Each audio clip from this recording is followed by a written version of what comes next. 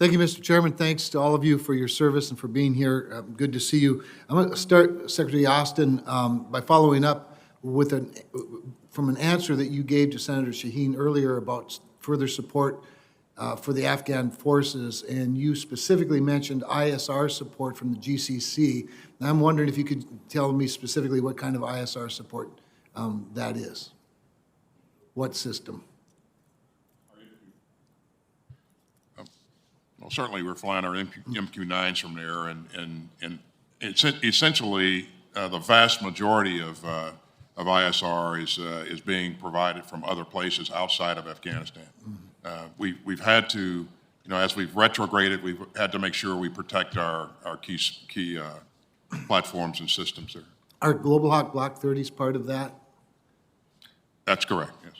You realize that Block 30s are slated for retirement in this budget, and you and I have had this discussion before. I'm concerned about the lack of a bridge between where we are today and where we're going to get to eventually with new systems, and you have tough choices, and we've heard all about the difficult priorities you have to set.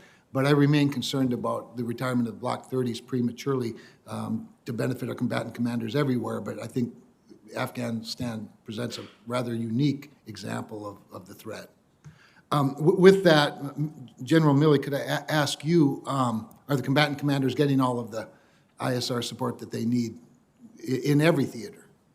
I would tell you that as Chief Staff of the Army for 4 years and Chairman for almost 2, no combatant commander has ever gotten all the ISR they want.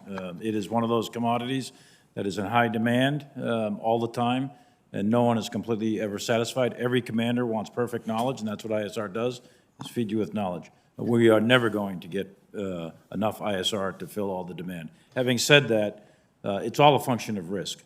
It's all a function of where you take risk, what your priority is, are you going to support the main effort, and what do you do for the supporting effort, and so on and so forth.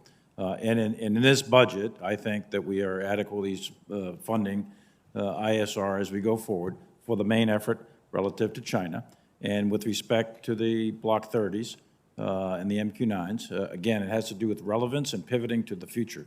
This budget biases future operating environment, change in the character of war, and against the pacing threat of China. That is not to say we're going to stop everything with respect to A-10s or MQ-9s or some of these systems. We've got to make that turn. So, since you were on the topic, if you could list the top 3 threats to America's national security in order, what would they be? From a military standpoint, a strictly military standpoint, I think China is the #1 military threat as we go forward. But I also acknowledge that Russia is a considerable great power competitor. And those two, in the NDS and in the current strategic environment from a military perspective, there are many, many threats. But from a military perspective, I put those 2 up there.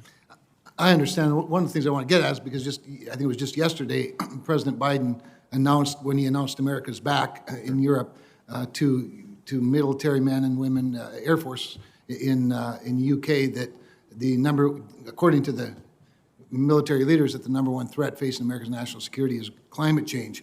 6 weeks ago today, the European Union Parliament, speaking of NATO and allies, which are a prominent part of your testimony in this budget, EU Parliament passed a resolution 569 to 67, urging the EU institutions and member states to do everything they can to stop the completion of the Nord Stream 2 pipeline.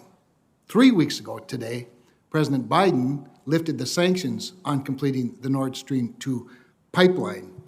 And I'm just kind of wondering, and that flies in the face both of America's back, it flies in the face of building NATO alliances, rebuilding, as the budget document states. I'm not sure which ones we lost, but I know that there are at least 8 European Union allies, including Ukraine, who strongly oppose Nord Stream 2 for national security reasons. And certainly from climate change standpoint, if climate change is the #1 threat facing America's national security, allowing Nord Stream 2 to be built is not good for the climate. So I have some great concerns, and I think we ought to get them straightened out. And I don't know for the life of me how completing Nord Stream 2 helps our alliance with the European Union, other than maybe with the current chancellor of Germany. And, Senator, if I could just make please, a comment on please your piece about the threats. Climate change is a threat. Climate change has significant impact on military operations, and we have to take it into consideration. Climate change is going to impact natural resources, for example. It's going to impact increased instability in various parts of the world. It's going to impact migrations and so on. And in addition to that, we have infrastructure challenges here at home, witness some of our hurricanes and stuff. So climate change does impact. But the president is looking at it at a much broader angle than I am. I'm looking at it from a strictly military standpoint. And from a strictly military standpoint, I'm putting China, Russia up there. That is not, however, in conflict with the acknowledgement that climate change or infrastructure or education systems, national security has a broad angle to it. I'm looking at it from a strictly military standpoint. I just think it's peculiar that the president would go to another continent and tell our service members there that the number one threat is climate change, albeit a threat.